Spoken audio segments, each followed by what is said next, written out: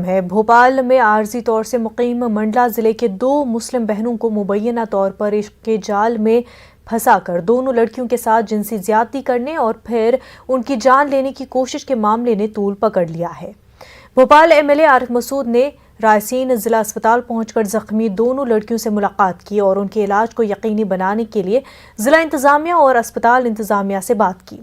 आरिफ मसूद ने इस मामले में वजीर आला शिवराज सिंह को निशाना बनाते हुए कहा कि तब्दीली मजहब के नाम पर बोलने वाले वजीर आला शिवराज सिंह की इस मामले में खामोशी अफसोसनाक है।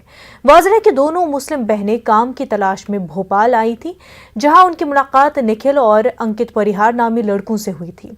देर असना काम की तलाश और मुलाकात में इनकी नजदीकियां बढ़ने लगी और जब उन्होंने तब्दीली मजहब और शादी करने से इनकार कर दिया तो रायसीन के सिलवानी के जंगल में ले जाकर जान से मारने की साजिश रची गई।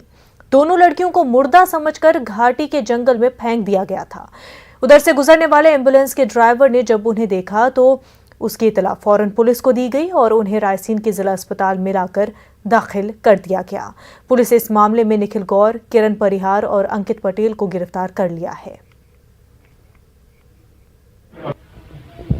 बड़ा खराब हालात है मध्य प्रदेश में, बड़े दर्दनाक हालात हैं जिस तरह से अपन देख रहे हैं। और ये एक सीधा जो भारतीय जनता पार्टी कहती है कि धर्मांतरण को जो देती है, ये साबित हो रहा है कि धर्मांतरण का प्रलोभन, धर्मांतरण के नाम पे जबरिया हरकतें कौन कर रहा है।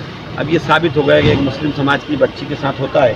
तो मैं उनसे अनुरोध करूंगा जो धर्मांतरण को लेकर जगह जगह चौराहों पे चीखते रहते हैं, चिल्लाते रहते हैं, गलियों में नारे लगा के शहर का माहौल ख़राब करते हैं, नफरतें फैलाते हैं, तो अब मेरा उनसे दरख्वास्त है कि आज 3 दिन हो गए एक मुस्लिम समाज की बच्ची के साथ इस तरह का दादागिरी जबरिया करके उनको जंगल में ले जाया जाता है, उनके साथ बदसलूकी की जाती है, मारा जाता है। अब इस पर वो सब चुप हैं।